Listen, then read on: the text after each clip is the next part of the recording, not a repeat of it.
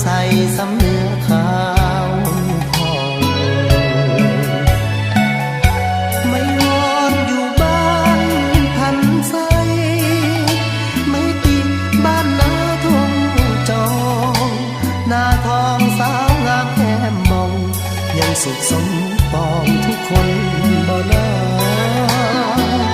คิดทอดแก้วตาจึงถามข่าวมาบ่แม่นทะเล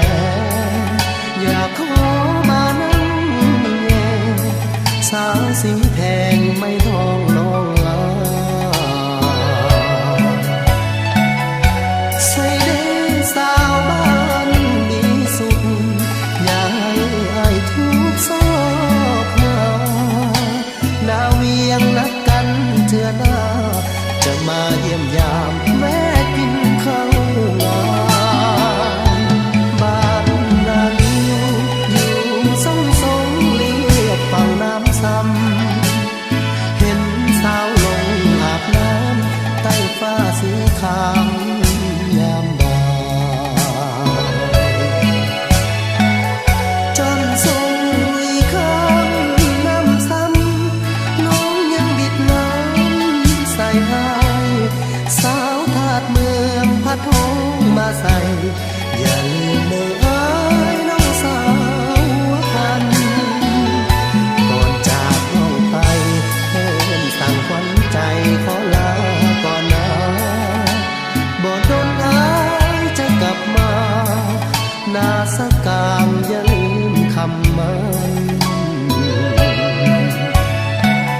สาวนาน้องบวงขับมองน้องขับส่งให้คืนนั้นถึงแม้นหลายปีพ้นผ่านสำเนียงน้องนั้นอายยังบ่ลื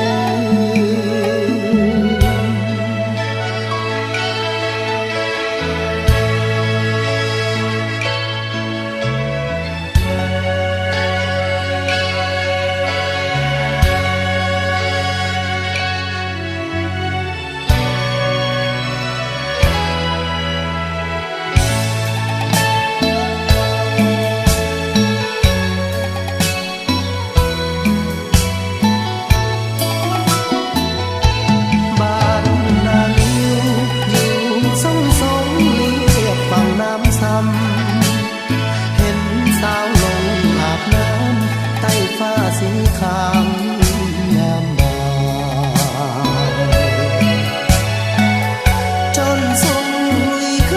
ำน้ำซ้ำน้องยังบิดน้ำใส่ให้สาวทาดเมืองพัดหงมาใส่อย่าลืมเมื่ออายน้องสา